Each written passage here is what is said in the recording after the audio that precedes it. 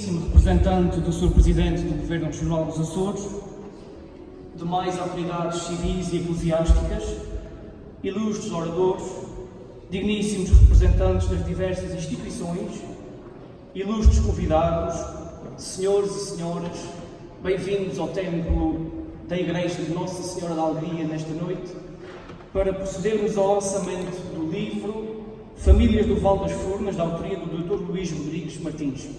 É uma enorme honra estarmos aqui para fazermos memória de todas as famílias que ao longo dos séculos foram compondo aquilo que é a sociedade furnense.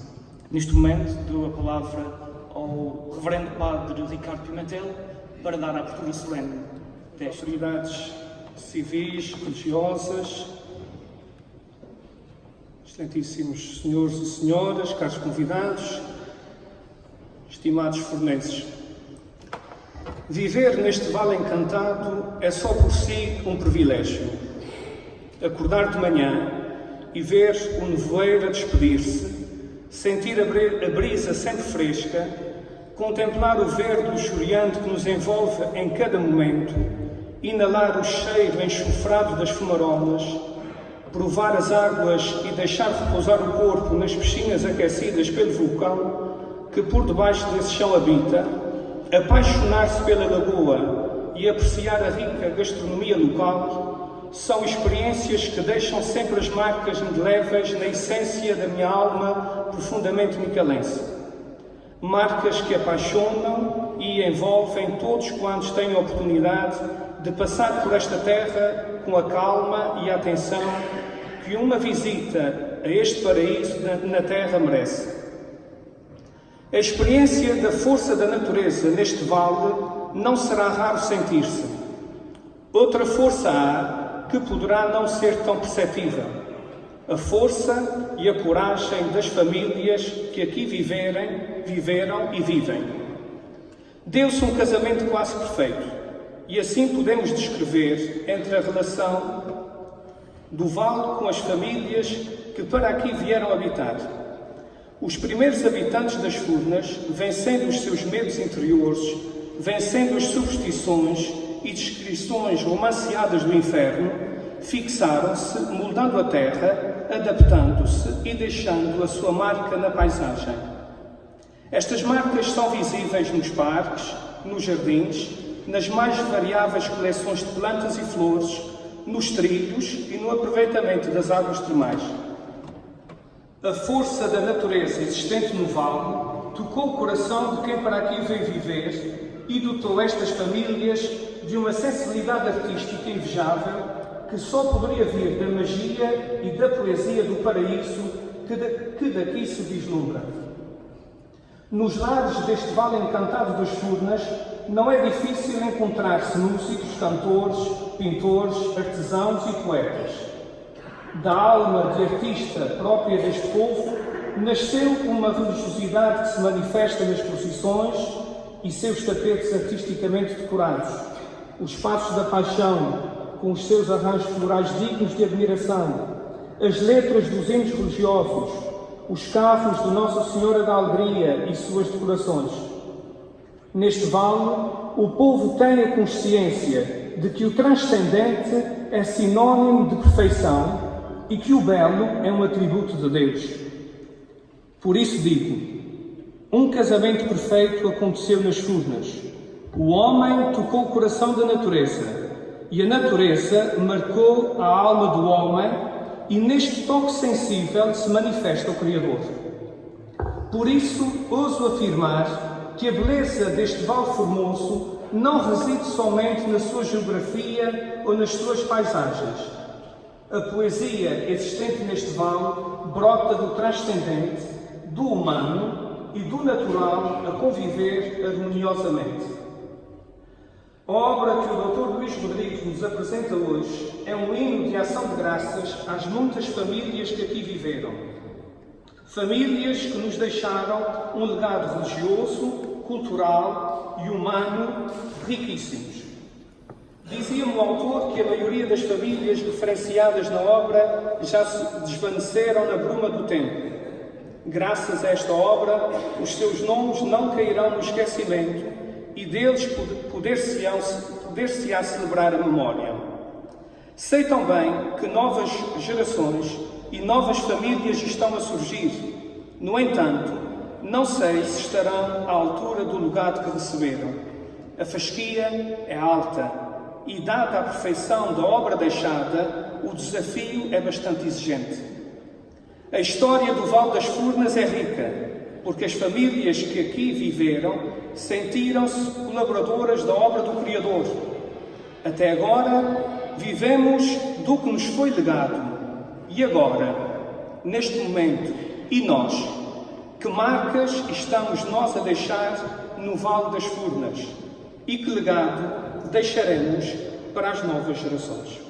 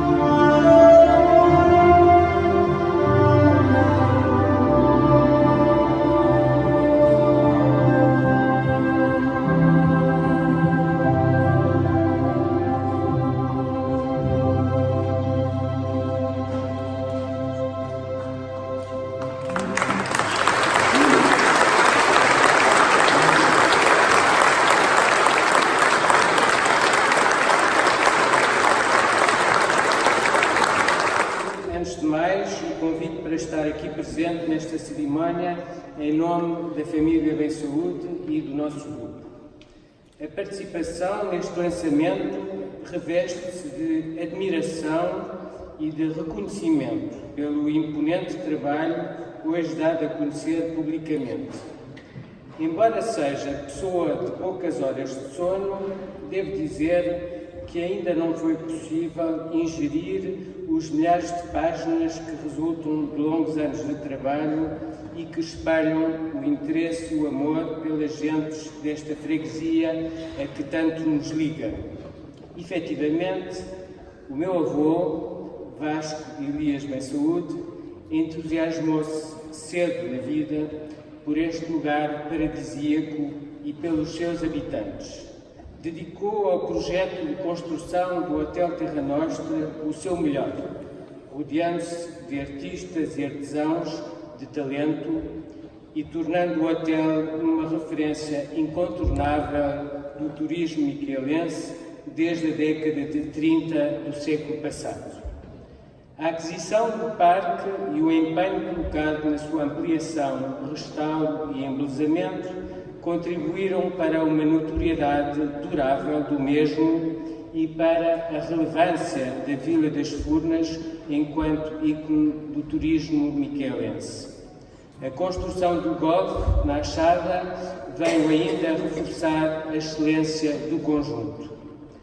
Realço que o meu avô olhava para estes projetos como um dos seus investimentos de eleição, através do qual se foi aproximando de muitos distintos furnenses que passaram a tornar-se amigos pela vida fora. Esta faceta bem à imagem de um homem que gostava de servir os outros e que amava profundamente estas ilhas, teria continuidade através das sucessivas gerações que se lhe seguiram, com destaque para Filipe Bem Saúde, meu tio, seu filho Joaquim, Patrícia Bem Saúde Fernandes, minha tia, e eu próprio. Todos aqui criamos raízes e todos criamos amizades, com destaque para colaboradores que nos têm acompanhado nos desafios hoteleiro e paisagístico. A todos presentes ou já desaparecidos, uma sentida saudação e o nosso regozijo por se encontrarem aqui registados nesta obra genealógica de referência. Permitam-me ainda esta afirmação. Se a família Bem Saúde continua ligada com entusiasmo e dedicação aos sucessos dos seus projetos neste vale, muito do nosso sucesso se deve ao trabalho, à excelência, ao talento e à entrega de quantos connosco hoje e aqui continuam a trabalhar. A todos eles, uma sentida palavra de agradecimento. Hoje, o hotel tem um membro da nossa família ao leme. O Dr. Simão Bem Saúde Mafrovic sucede a um conjunto de ilustres furnenses e demais miquelenses, entre os quais gostaria de mencionar o saudoso amigo Mário Oliveira. Ao terminar, encanta-me a perspectiva de atacar esta obra de excelência hoje aqui apresentada publicamente. Estes 7 volumes irão certamente reforçar o meu conhecimento e a minha admiração pelos homens e pelas mulheres que souberam enfrentar as ameaças do fogo e as vicissitudes do isolamento, contribuindo para fazer das Furnas um ex-libris açoriano e um lugar de excelência. Parabéns ao autor, bem-aja.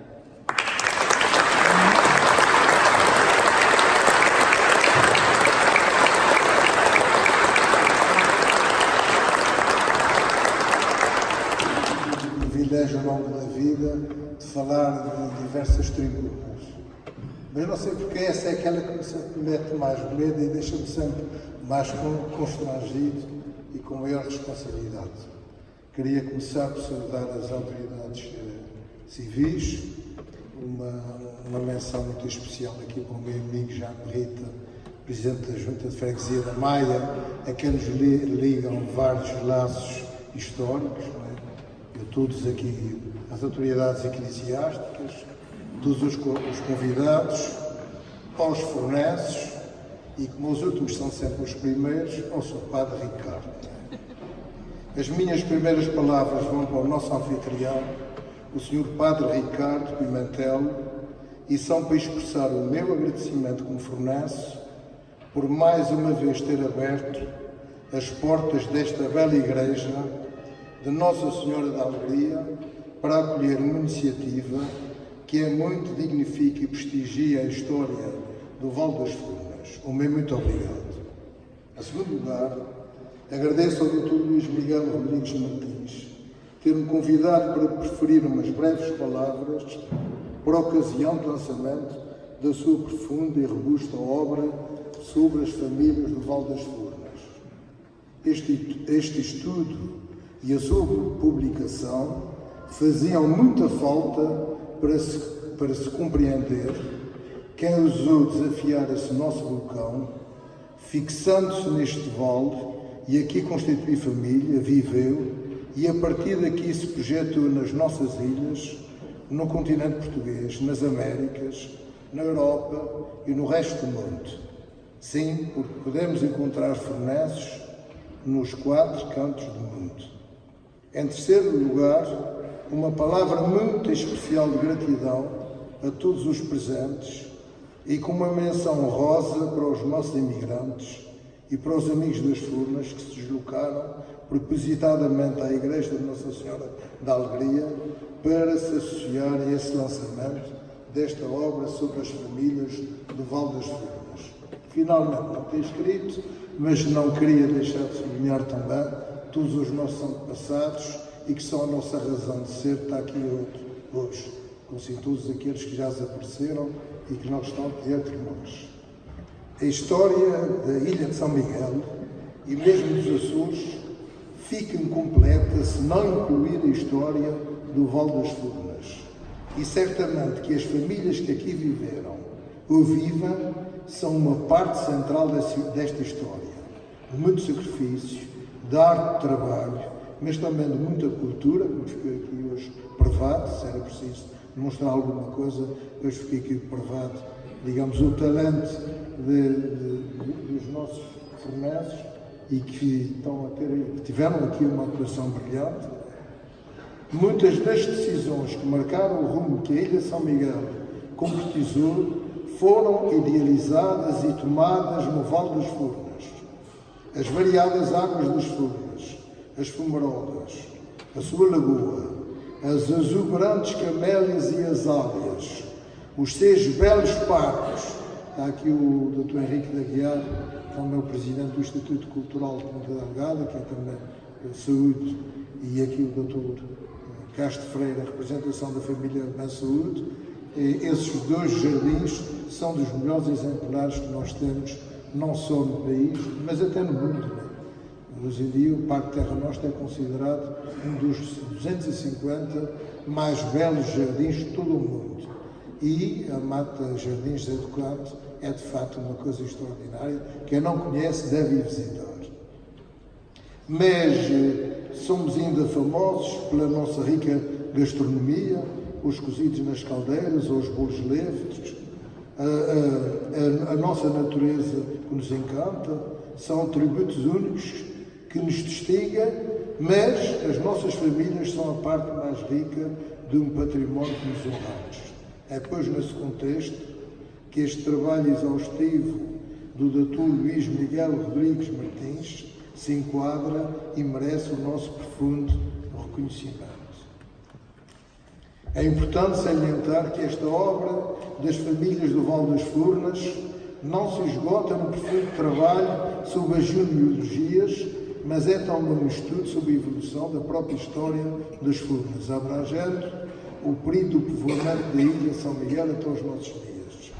Eu que fui um grande amigo do Sr. Benjamin Rodrigues, do Vítor Rodrigues e também de outros membros da família, estou convencido que estejam eles onde estiverem e estão contentes e felizes com este contributo de ser familiar do Dr. Luís Miguel Rodrigues Martins para a história das famílias de Val das Furnas. Obrigado e uma salva de palmas aqui para o Luís.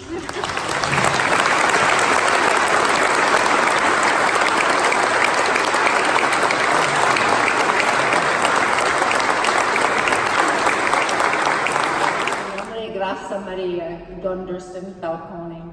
I'm an American granddaughter of Maria de Espírito Santo Pacheco Santana, who was born right here in Freguesa of Furnish.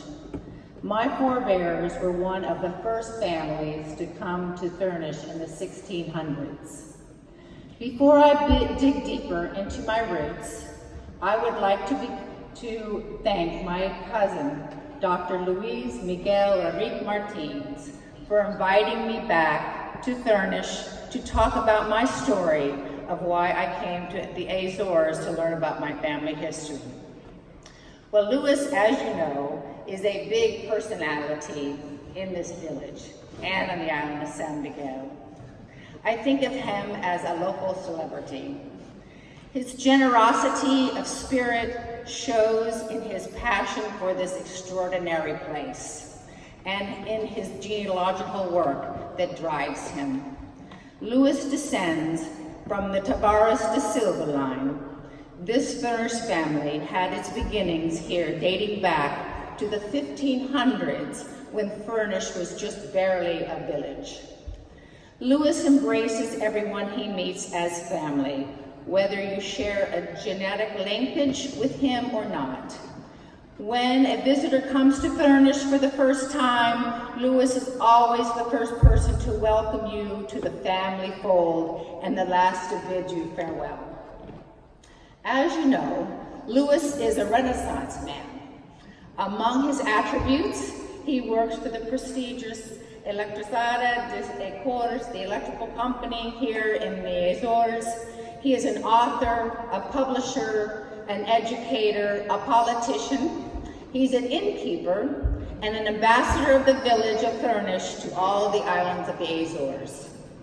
He is well known for all these roles, but also he is internationally known as a master genealogist of the Azores. He has helped countless numbers of people from around the world to find their Azorean families. What I found most remarkable and why we are all here is that Luis dedicated most of his adult life to preserving the history of the people of Furnish. For more than 40 years, he has painstakingly and lovingly researched day and night the earliest records dating back to the 1400s and even before that of the original families of the people of Furnish that will never be forgotten, and you will never be forgotten. Never before has anyone studied the people of Furnish as exclusively as Luis has, nor has anyone, to my knowledge, from the other 8 islands, undertaken such a comprehensive study of the Azorean families. We can therefore say emphatically that Luis has made history here. Not only has he unearthed fascinating facts about those born here in Furnish, but Luis has reached beyond this village to those that had immigrated to the 4 corners of the world, from the Americas to Africa to Asia and Europe and the island states in between. As a member of one of those first families who Luis documented in his 7-volume books, The Families of Furnish, I can say as an educator, myself having a doctorate degree from Duke University, I can attest that studying your family roots can be deeply gratifying and richly rewarding. I am one of 7 children. My grandmother and mother are Azorean, and my father, who is a colonel in the United States Air Force, is Norwegian and Swedish. Growing up, we were not raised in traditional Azorean household that you may see in Fall River or New Bedford or in Canada. Our military family moved every 2 years to a different bases around the world. Instead, we are trying to assimilate ourselves, much like the Azorean people, to many of the places we lived. I was born in Casablanca, Morocco, and the rest of my family was born in different places around the world as well. So when I was a little girl, and before coming to the Azores for the first time, my mother took great pride in taking us to visit our Azorean relatives in Massachusetts. I heard stories about my Azorean ancestors, but never seemed to get all the details. For some reason, my relatives often didn't tell you everything about their homeland, and I often wonder why. I always felt a deep emotional state of profound melancholic longing for something that was absent, sense of distance, separation, and missing this place that I never ever had been to called the Azores. Since then, I have come to learn that only Azoreans have this unique and haunting feeling, and they name this feeling saudade. I hope I said that right. The things I knew about my Azorean family was that my grandmother, Maria de Espiritu Santo Pacheco Santana, and her parents, Francisco Pacheco Moniz and Maria de Estrella Arruda, along with her siblings, immigrated to the United States with only the clothes on their back. They left their beloved ones back here in Furnish to find a better life, and where did they settle but no other than Fall River, Massachusetts. But coming to the United States had its hardships and setbacks. My grandmother's mother died when she was very young, and with no one to properly care for her or her brothers, a cousin by the name of Maria Espiritu Santo Tavares de Silva from Furnish took them in and raised them to adulthood. They were raised on a farm in Swansea, Massachusetts. Years later, this same cousin, Maria Espiritu Santo Tavares de Silva from Furnish, took my mother and my uncle in when my grandmother was severely ill, and she raised them also. So in 2008, about 10 or 11, 12 years ago, longing for years to explore my heritage, my brother Christopher and I set out our journey and traveled to the Azores for the first time. My sole objective was to come and scour the ancient headstones and search for any traces of our long-lost Azorean relatives. We came to Furnish, and I came to this church that we are all in here tonight, and I knocked on the rectory door, and graciously the parish priest at the time took an interest in my story and assisted us in finding records in the library that may be associated with my family. And to our utter surprise, we didn't find dead relatives here in Furnish, but we found many alive and well living right here in this village. Lo and behold, one of them was Louis. And the cousin that I told you about that raised my grandmother and my mother, that is Louis's aunt, Maria Tavares de Silva. So that is our connection. I am here to say how important your heritage is. Just think, you too can have unexpected cousins come knocking on your door at any moment. But I want to emphasize how incredibly important it is to pass down your Azorean family history to the next generation. As Azorean descendants, it is our duty to learn our forebears' names and lineage, as well as to learn of their sacrifices, bravery, and sense of adventure.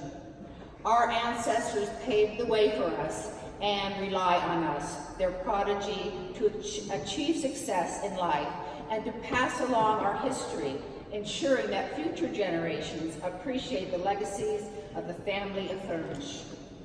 Cousin Louis' gift of our collective Azorean family history has and will enrich all of us for many years to come. He has given us a story to tell, and we are all indebted to him for taking the time to listen and eloquently document our collective past for posterity. Thank you, Louis. Our contribution to Furnish family's books, I was able to piece together my own family's stories of hardship, struggle, and joy, and tears that our ancestors endured. In the process, I am very fortunate to have met many new relatives here in Furnish. To end things, I have learned that everyone has a story to tell. If only someone would listen, if only someone would remember. Knowing, recording, and preserving your family history directly impacts you, your extended family, and future generations whom you will never know.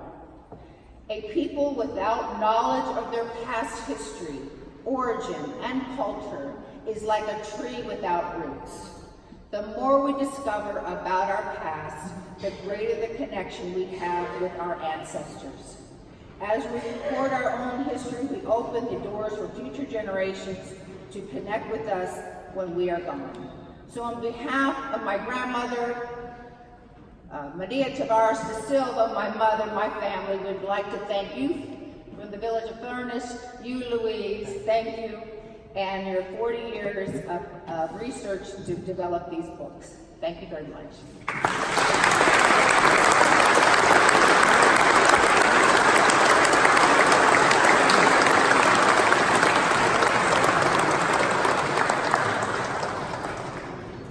Minhas senhoras, meus senhores, a obra As Famílias do Val das Furnas, 1671-2017, da autoria do Sr. Dr. Luís Miguel Rodrigues Martins, foi-me apresentada através das redes sociais.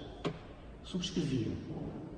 Passei a acompanhar o seu desenvolvimento e, por fim, tornei-me seu patrocinador. De tal a forma como a obra me foi cativando, conforme ia entrando no seu âmbito. O trabalho do Dr. Luís Miguel Rodrigues Martins compilou e ordenou uma informação valiosa, aproveita a todos, e são muitos, os que em todo o mundo se interessam pelo conhecimento de ascendências e relações de parentesco, mas também de diversos ramos das ciências humanas, como sejam a história da arte, a demografia, a antropologia, a sociologia, a geografia humana, a genética, que me sensibiliza particularmente na minha qualidade de médico. A genealogia humana é o conhecimento da relação de parentesco entre um conjunto de pessoas. Não nasceu recentemente. Esta obra trata da ciência genealógica relativa à comunidade de pessoas do Val das Furnas, terra de famílias com grande tradição e história. É uma investigação histórica genealógica de grande fogo e âmbito que vai favorecer informação para outras ciências, constituindo uma obra de referência em relação ao Val das Furnas e um marco incontornável na bibliografia genealógica, preenchendo uma lacuna historiográfica açoriana e portuguesa. O tema interessou-me ainda por tratar de uma comunidade com quem, durante séculos, os meus antepassados mantiveram contacto, circularam no mesmo espaço geográfico e físico, usufruíram da rara beleza local e socializaram. A minha família está nos Açores desde os primórdios do seu povoamento e mantém o seu núcleo principal na ilha de São Miguel, possuindo propriedades um pouco por toda a ilha, nomeadamente no conceito da povoação, onde se localiza o Val das Furnas. É uma honra para mim e para a minha mulher Maria Antonieta, enquanto segundos barões de Nossa Senhora de Oliveira, dar um apoio e patrocínio a esta grande obra genealógica, que, além do mais, é um valioso contributo para o conhecimento científico.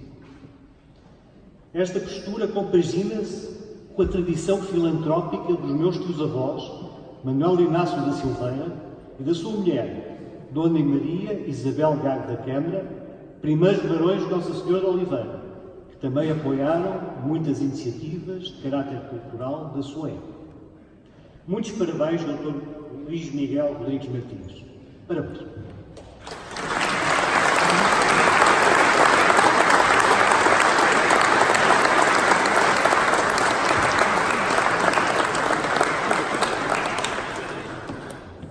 Santíssimos furmenses, são a razão de ser deste nosso encontro. As santíssimas autoridades vieram aqui por causa dos furmenses e eu próprio me sinto um pouco um outsider no meio desta nova Assembleia que vim da terceira para partilhar da alegria neste encontro. Da alegria que celebramos na Igreja de Nossa Senhora da Alegria. Não podia ser melhor um espaço escolhido. Não sei bem o que é que se possa dizer depois de tudo o que já se disse aqui esta noite a respeito do trabalho, magnífico trabalho, do meu amigo Luís Rodrigues Martins. Mas talvez me permitam dissertar um pouco sobre como é que se chega ao fim de um trabalho nesta natureza, o que é que custa fazer um trabalho nesta natureza e a alegria final do autor de um trabalho desta natureza quando tem na sua frente uma assistência como aquela que hoje se reúne aqui em volta dele para celebrar com amizade este dia. Nós estamos a falar de uma obra que impressiona logo a cabeça pela dimensão, a dimensão física. Mas a dimensão física não fala de tudo, porque a obra tem 7 volumes, se for feita em papel muito grosso, pode passar a 10 volumes, se for feita em papel muito fino, pode passar a 4 volumes. Portanto, a dimensão da obra não diz, na realidade, o conteúdo. Aliás, se pusermos esta obra na internet, ou numa pen, ou num CD, ocupa um bocadinho de uma pen, que leva não sei quantos gigabytes. Portanto, a dimensão está para além do aspecto da própria obra. Nós estamos a falar de uma investigação que o Luís Martins, permitam-me que eu trate assim com esta familiaridade, que o Luís Martins começou, talvez há 20, 25 anos. Nós nos encontramos pela primeira vez, conhecemos-nos na Ilha Graciosa, nos encontros de genealogistas açorianos que se faziam na Graciosa, de 2 em 2 anos, reunia-se este grupo de maduros, que uma vez nós, os genealogistas, sentíamos que éramos um pouco considerados pelos outros, lá estão eles com as suas árvores genealógicas e tal.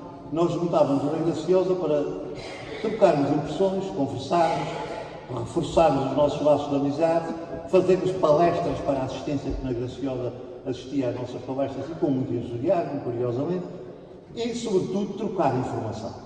Eu recordo muito bem o Luís Martins ter apresentado uma comunicação num desses encontros sobre a prevalência de certos nomes nas famílias das Furnas. Por exemplo, no século XVIII, qual eram os 10 nomes mais conhecidos, por exemplo, do sexo feminino, e depois os do sexo masculino, e depois nos finais do século XIX, em meados do século XIX, e depois no princípio do século XX, e depois em meados do século XX. E é interessantíssimo ver a evolução da moda dos nomes, digamos, de 50 em 50 anos. Agora já não é de 50 em 50 anos, agora é praticamente de 2 em 2 anos mudam as modas dos nomes, conforme mudam as modas dos nomes das criancinhas, filhas dos atores das telenovelas, que é que nos inspiram para depois dar nomes aos nossos filhos. E se não reparam, nos nomes que eram dados há 20 anos, que estão a desaparecer todos, e dos nomes que são dados hoje, que estão a emergir todos. Exatamente por essa influência. Mas isso faz parte da história da antroponímia. Se nós vimos bem, em Portugal, a seguir ao regicídio, quando morre o rei Dom Carlos e o príncipe Dom Luís Filipe, isto impressionou tanto os portugueses, foram milhares de portugueses que depois desse regicídio terrível foram batizados com o nome Luís Filipe. Quantos Vítor Hugo não há em Portugal? Exatamente porque houve um grande escritor, Vítor Hugo, em França, que informou a cultura portuguesa do século XIX. E até, antes de começar a guerra e de saber dos horrores da Alemanha nazi, até muitos Adolfos houve por cá nos Açores. E até houve um na terceira, nascido em 1938, que se chamava Hitler. E depois emigrou para a América e na América não o deixaram entrar com aquele nome. Ele teve um ligeiro jeitinho ao nome e passou-se a chamar Elker. Bom, são as coisas, essas pequenas histórias da antroponímia que fazem parte da nossa vida real. Aliás, Mozart, Roosevelt, Franklin, não sei se já há alguém que se chame Trump por cá, ou Barack Obama, etc. Mas também há essa influência. Aliás, no passado havia um certo rigor na escolha dos nomes, porque os nomes estavam mais ou menos condicionados àquilo que se chamava o agiológio, ou seja, a coleção de santos da Igreja Católica. Se aquele nome fosse usado por um determinado santo, mesmo que não fosse da nossa devoção portuguesa, esse nome era autorizado no tempo em que os registros das criancinhas que nasciam eram só os registros de batismo. Como saberão, alguns dos presentes, até 1910, ou seja, no tempo da monarquia, as crianças só eram batizadas, não havia registro civil. O registro civil é criado com a República em 1910 e a partir daí é que se passa a fazer um registro civil com outro rigor na construção do nome. Porque até 1910, estas crianças, os vossos antepassados todos, o Manuel, o Francisco, o António, a Assunção, a Maria de Jesus, etc., no registro do batismo deles, a única coisa que diz lá é João, mais nada. Não há nomes completos. O nome completo era cada um, quando crescia, que assumia os nomes que entendia. O nome do meu pai, o nome da minha mãe. Muitas vezes nem juntavam os nomes do pai e da mãe. Usavam às vezes o nome de um avô. E até mudavam de nome ao longo da história. É fácil e simples. Se virem no livro, vão encontrar muitas notas de pé de página que diz assim: António Manuel Eduardo da Costa, também conhecido por António Manuel da Silva. Porquê? O pai é Costa, a mãe é Silva, e ele a certa altura sairá, por qualquer razão, resolveu passar a usar o nome da mãe e não o nome do pai. E isto acontecia várias vezes ao longo da vida. O que torna um trabalho do genealogista muito mais complicado, porque às vezes temos dúvidas se se trata da mesma pessoa ou não. Só conhecendo os antepassados dele é que depois vamos a saber quais são os apelidos que eu teria direito a usar. Portanto, esta é uma das dificuldades do genealogista. Discernir no mar imenso de nomes que ele vai colhendo nos registros quem é quem é pai de quem é filho de quem são os irmãos, as datas, a ver se tudo acerta. Todas as crianças que nasciam num casamento tinham que nascer necessariamente a 9 meses de distância uns dos outros. Exceto o primeiro, que às vezes nascia logo 3 meses depois do casamento, mas isso era por nascia, quando nasciam muito pequeninos, não é? Bom, e o que também gera algumas dificuldades para o genealogista, porque o genealogista, quando está à procura do antepassado, é? se sabe que nasceu uma criança em setembro, não continua a procurar de setembro para trás, tem que fazer um espaço de 9 meses naturais, ou de 8 meses, digamos assim, e encontra eventualmente um outro irmão. E às vezes também começamos a procurar um casamento 9 meses antes do nascimento, e às vezes o casamento deu-se na véspera da criança nascer.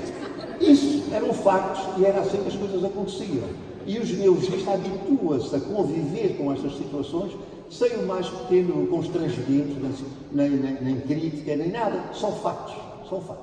Agora, reparem, aqueles que já conhecem o livro e aqueles que vão conhecê-lo, eu creio que estará hoje aqui à venda, reparem que para cada pessoa, praticamente temos 3 datas. A data do nascimento, a data do casamento, aqueles que casaram, e a data da morte. Pelo menos 2 datas aparecem sempre. Sobretudo, se esses acontecimentos se passaram aqui no espaço geográfico das frutas. O nascimento, o casamento e a morte. Gostava de fazer aqui um pequeno comentário nesta circunstância. É que vai acontecer a alguns de vós, e isso é garantido, eu já tenho muitos anos disto, já publiquei muitos livros, já fiz muitas apresentações de livros, e sei que acontece sistematicamente isso, e se não acontecer aqui, é por milagre, e o nosso amigo Luís Martins vai direto para um dos altares que estará aqui sem noção.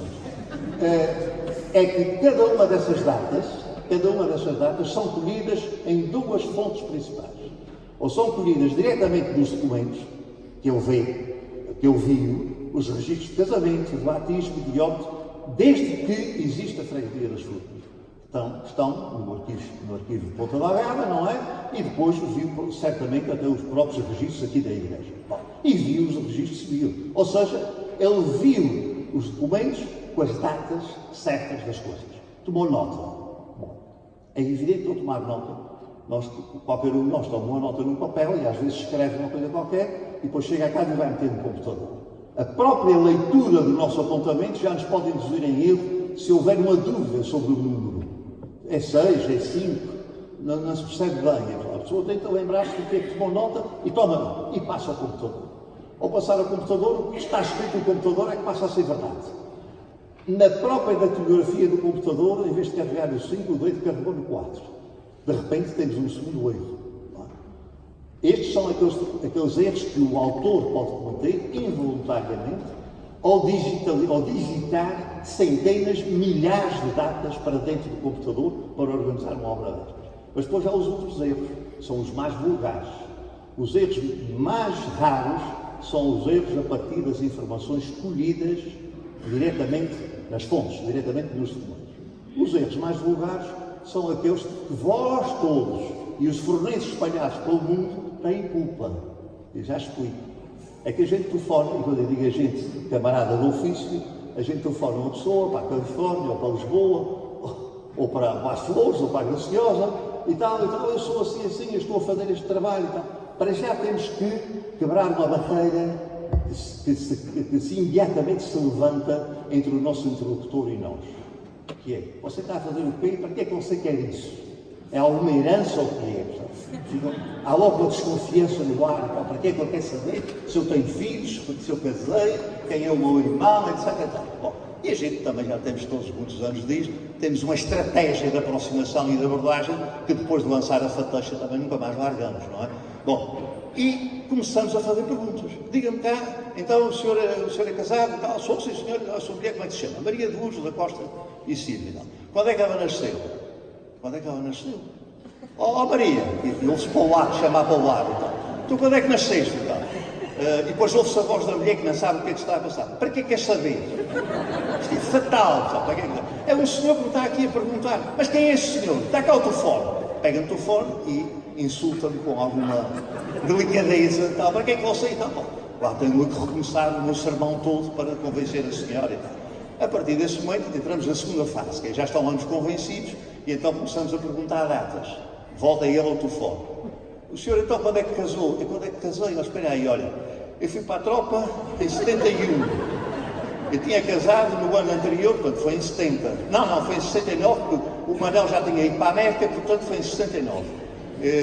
Não, afinal não foi nem 70, nem 69, foi 68. Bom, mas ele deu-me aquela data, e eu escrevi aquela data. Depois o livro sai. Bom, e outras situações parecidas. Os pais raramente sabem a data completa do nascimento dos filhos. Pensem os pais que estão presentes em consciência se sabem a data de todos os vossos filhos. Bom, e se sabem a data do seu casamento também, é um bocadinho importante, também sabeis. Sabem vagamente que já fizeram 25 anos de casados, mas não sabem bem em que ano é que foi. Sabe? Portanto, esse tipo de dificuldade vai gerar N erros nos livros. Depois o livro sai, faz-se a apresentação do livro que estamos hoje aqui a fazer, daqui a pouco o Dr. Luís Rodrigues Martins vai ali assinar os autógrafos e vai aparecer uma alma caridosa que chega ao pé dele com um livro e diz assim, tem aqui um erro.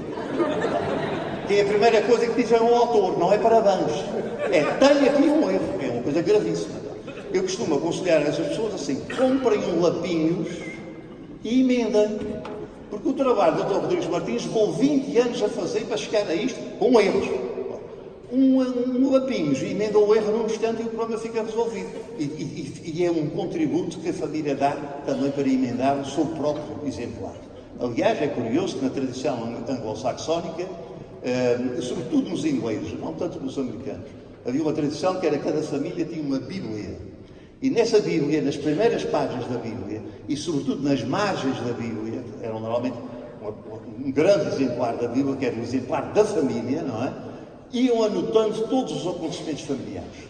Os casamentos, os batizados, os crismas, as mortes, etc. Iam anotando aqui. Depois morriam e aquela Bíblia passava para a geração seguinte. Eu conheço um caso de uma Bíblia em Inglaterra, uma família que eu conheci, já tinha 5 gerações a Bíblia naquela família. Imaginem a preciosidade que uma Bíblia daquelas é para um genealogista quando nós temos que fazer um trabalho desta natureza. Portanto, estamos aqui, peço a vossa complacência e a vossa compreensão, complacência para os defeitos que uma obra destas tem sempre, a dele e a todos nós que trabalhamos nestas coisas, tem sempre, primeiro por culpa nossa, segundo por culpa de alguém que nos informou, naturalmente de boa fé, mas com erros, e por outro lado, é a vossa compreensão para a dificuldade. São 20 anos a ver milhares e milhares de registros. Eu falo por mim também. Eu publiquei umas genealogias da Ilha Terceira, levei 40 anos a fazê-las.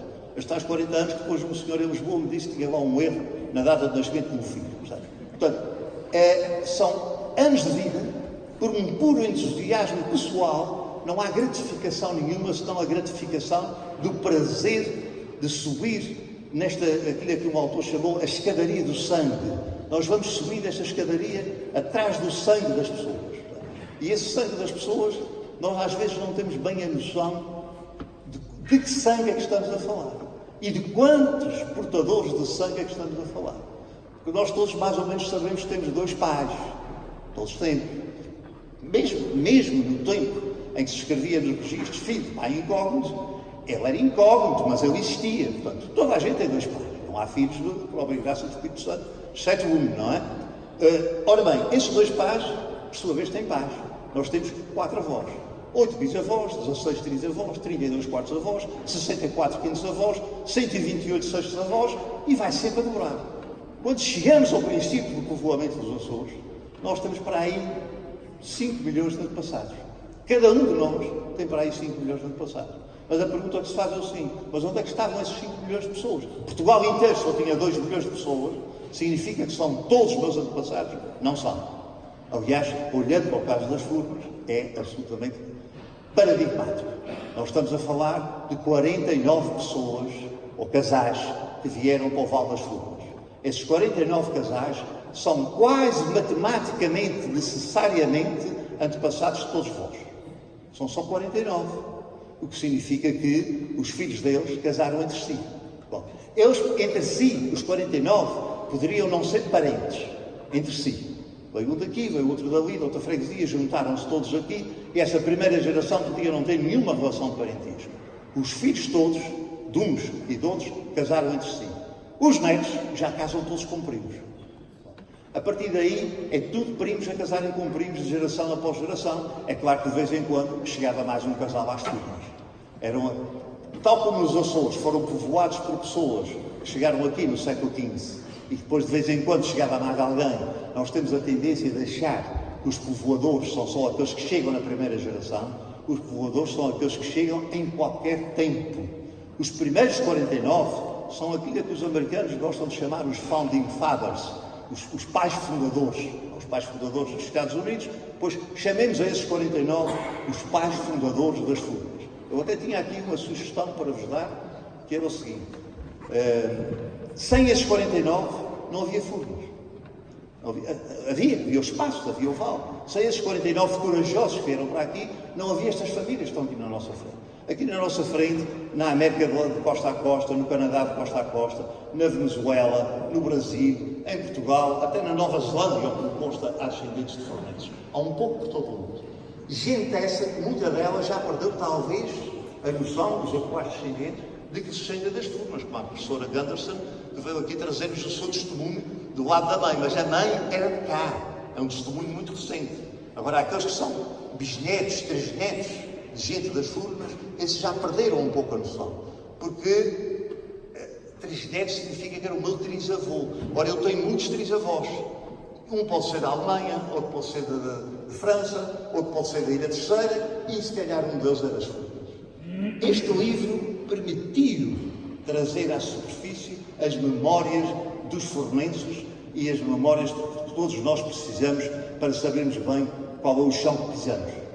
Nós pisamos o chão da terra, naturalmente, o chão dos Açores, mas depois precisamos ir ao concreto, àquele espaço que é o nosso, que não é mais ninguém. É o espaço, neste caso, o espaço das Furnas. Ora, esses 49 são os tais pais. Eu até sugeria que um dia, alguns numa parede destas daqui da igreja, uma placa de homenagem aos nossos antepassados. Os nomes dos 49 casais. Porque, na própria missa, todos os dias se diz: lembrai-vos, Senhor, daqueles que morreram aqui, lembrai-vos, e até citamos os nomes do nosso pai, do nosso tio, uma missa do 7º dia, uma missa do 1º aniversário, mas depois começa a ser uma missa do 2º aniversário, depois do 3º, do 5º, e depois a memória esvai-se. E de repente já não se fala no ano passado. Este livro ajudou a trazer isto tudo à tona. E, portanto, todos aqueles que morreram na esperança da ressurreição, estes 49 morreram na esperança da ressurreição, portanto, ficariam muito bem, debaixo do teto desta igreja, uma pequena memória deles, uma placa colocada aí, ou lá, inaugurada, com uma missa celebrada em memória e lembrando o próprio nome deles, que poderia até ser pronunciado numa cerimónia na própria igreja. E com isto deixo-vos, já ocupei muito do vosso tempo, deixo-vos aqui agora com o nosso amigo Luís Martins, que aqui é o melhor desta noite. Eu vim dar aqui a minha ajuda, o meu contributo, não é ajuda, o meu contributo para esta festa da alegria na vossa igreja, Nossa Senhora da Alegria. Muito obrigado.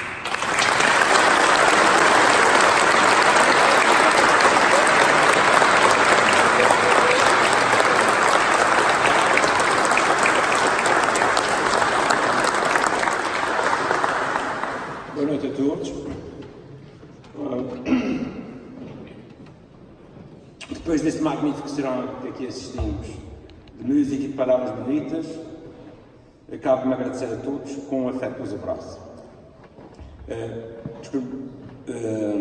Realmente este dia, até o momento, um dos mais bonitos dias da minha vida, certamente igual dificilmente viverei.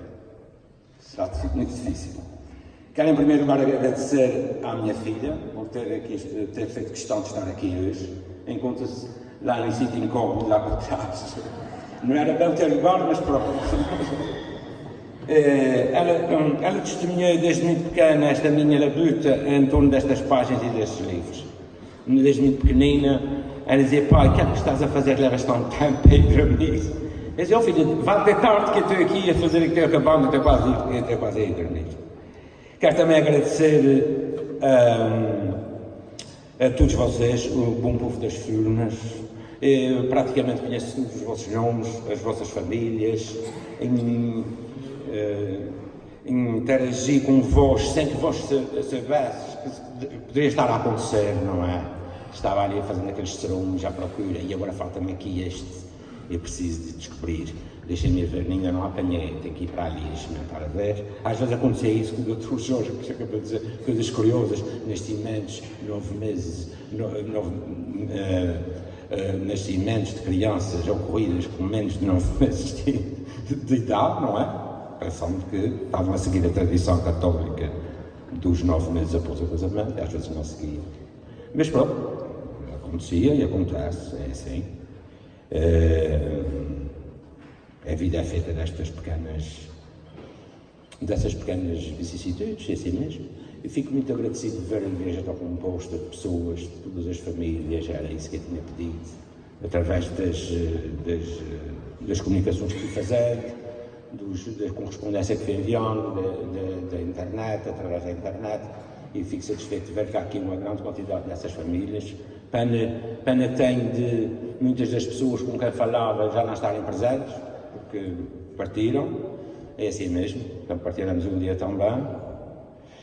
Mas hoje tenho dito, ultimamente, que até hoje podia morrer e morria feliz, porque é muito triste levar tanto tempo a fazer um trabalho deste tipo e ter acontecido também, e de repente a pessoa falece e todo um trabalho de anos, como foi aqui dito, foram 34, as pessoas nem deram conta que aquele indivíduo fez aquele esforço, que despende 80 horas da sua vida, não é? E se formos contar em horas, as horas até não são muitas, porque cada dia tem só 24 horas e é fácil de fazer a hora de alguém que falece. Os registros a partir de 1960 até tem o pormenor de dizer a hora em que as pessoas nascem. Há uns séculos mais atrás o registro não era tão bem feito. Não constava a hora, mas e hoje, sabendo a hora que falhece, até podemos saber com quase certeza absoluta quantas horas aquele indivíduo vive, o que não deixa de ser interessante. Ao contrário eu quero personalizar este agradecimento, quero pôr nome a quem contribui efetivamente para que os livros pudessem surgir nos escaparates. Eu tenho que fazer isso. Tenho que materializar isso dizendo os nomes das pessoas. Eu quero agradecer em primeiro lugar ao esforço de uma empresa, que está aqui o senhor representante da empresa ACD Print, que foi a empresa gráfica que construiu os livros, não é? Compôs os livros, quase diariamente nestes últimos anos, conversando ali com o senhor Renato Costa, que está ali presente na primeira fila. É quase como se fosse já uma pessoa de família, porque quando tocava o telefone, eu tinha que atender, não é? Aquele tipo de telefone, porque era qualquer assunto importante no que dizia respeito à obra, não é? Também quero agradecer ao Dr. Pedro Nuno Melo, Presidente da Câmara de Afogação do nosso Conselho de Afogação, que está aqui presente na primeira fila. Foi logo, desde a primeira hora, postou logo o seu apoio e considerou que seria muito importante, efetivamente, a concretização deste projeto. Também quero agradecer ao Sr. Sandro Ferreira, Presidente da Junta de Freguesia das Furnas. Infelizmente não está presente porque encontra-se ausente, mas está aqui representado e dignamente representado pelo nosso amigo Fernando Casado. Portanto, eu quero também não deixar de passar a palavra. ao Dr. José António Alves da Cunha Coutinho, pelo seu carinho reconhecido, sentido de mecenato que é digno de registro. Como ele próprio explicou, vindo do nada, vindo de uma rede social que muitas vezes associamos, não conhecia o seu autor, e de repente, porque num ato quase de desespero meu, eu estava a ver que os patrocínios não estavam a cair como seriam desejados, que é sempre assim, não é?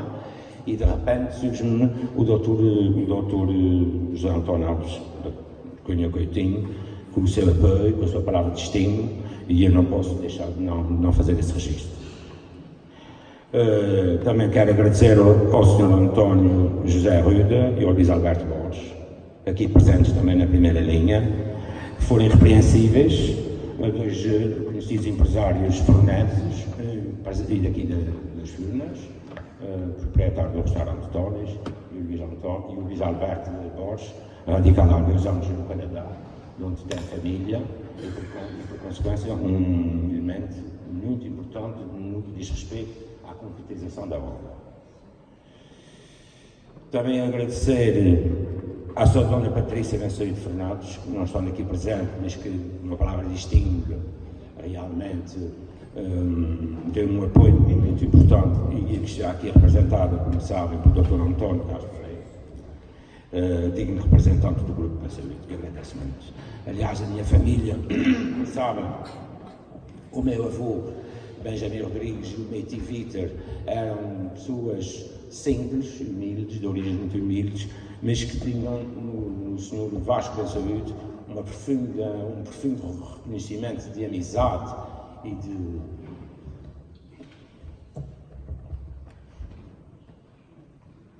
e como é que é dizer, e dedicação dignas de respeito, precisamente pelo facto do apoio dado e prestado na pior ocasião da vida do meu avô.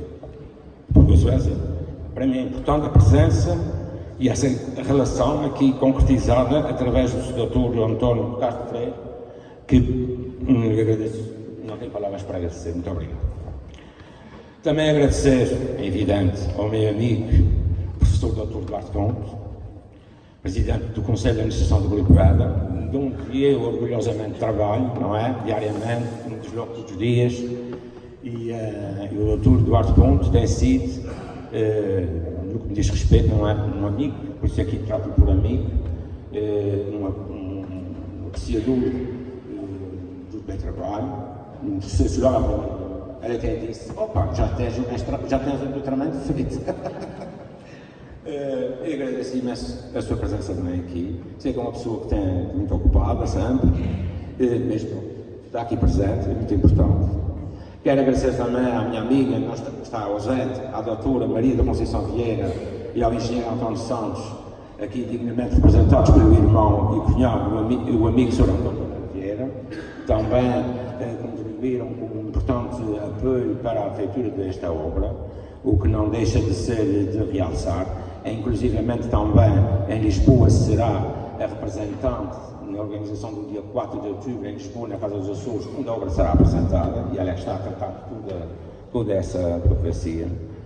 É claro que também agradecer ao Dr. Walter Furtado, em distintivo do apoio prestado e entusiasta, desde a primeira hora, na organização deste evento.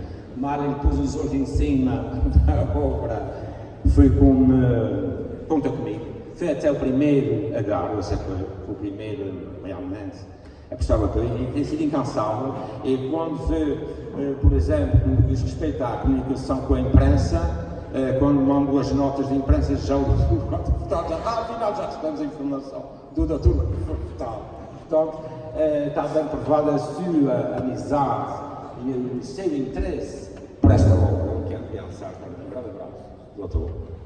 E também uma palavra da prece ao engenheiro José Lima, também um fervenço de primeira hora e sempre pronto a ajudar. Foi um conselho, também não posso deixar de não referir. O Sr. Marco Furtado, ausente no Canadá, um empresário de origem fluminense, mas eu não pude, já que esteve este ano, mas não, por imperativos da vida dele, teve que ir mais cedo. O Sr. Ângelo Furtado, provedor da Santa Casa da Misericórdia da Aprovação, no primeiro contato que fiz com certeza que concordou logo, perceber logo a amplitude da obra e, por consequência, não se mostrou arrogado e, sim senhor, concordou com o apoio que seria necessário. Ao Sr. Carlos Silva, eu não tenho palavras ao Paulo Melo, um empresário luso-canadiano, também amante desta terra, embora sendo descendente da Ribeira Grande, mas conhecendo a história e a relação de amizade entre os concelhos da Ribeira Grande, no tecido familiar que constitui o conjunto das diversas genealogias fornenses, porque a Ribeira Grande representa mais de um terço das famílias, do grupo das famílias que constituem este vale e, por consequência, há aqui uma relação muito próxima com a Ribeira Grande e este empresário mostrou-se muito, logo à primeira hora, muito pronto a ajudar. Também aos meus primos, até alguns deles, a doutora Grace Maria Anderson Falcone, ao tenente, que não está presente, ao tenente coronel Christopher Anderson, o irmão dela, que também colaborou com a obra, ao Lawrence Paulo Silva, aqui presente, este último sobrinho neto da minha querida avó, Ana Maria da Silva Rodrigues. Portanto, é muito próximo de mim, dito assim, parece muito longe, mas dito assim é muito próximo. É um sobrinho neto, também é assim tão longe como isso. Parece no tempo, mas agora aqui, ao meu lado, é muito próximo. Portanto, e claro, agradecer também, posso falhar aqui com alguns nomes, peço-me desculpa, não é intencional, não podia estar aqui dizer, esses foram realmente, digamos, o núcleo do que foi necessário para constituir a obra e pôr a obra na ordem do dia, não é? Para poderes desfrutar dela. E é o que tenho a dizer a todos, um bem-aja, o tamanho deste vale. Muito obrigado por estarem presentes. E agora deixo o Sr. Pablo final para concluir a cena.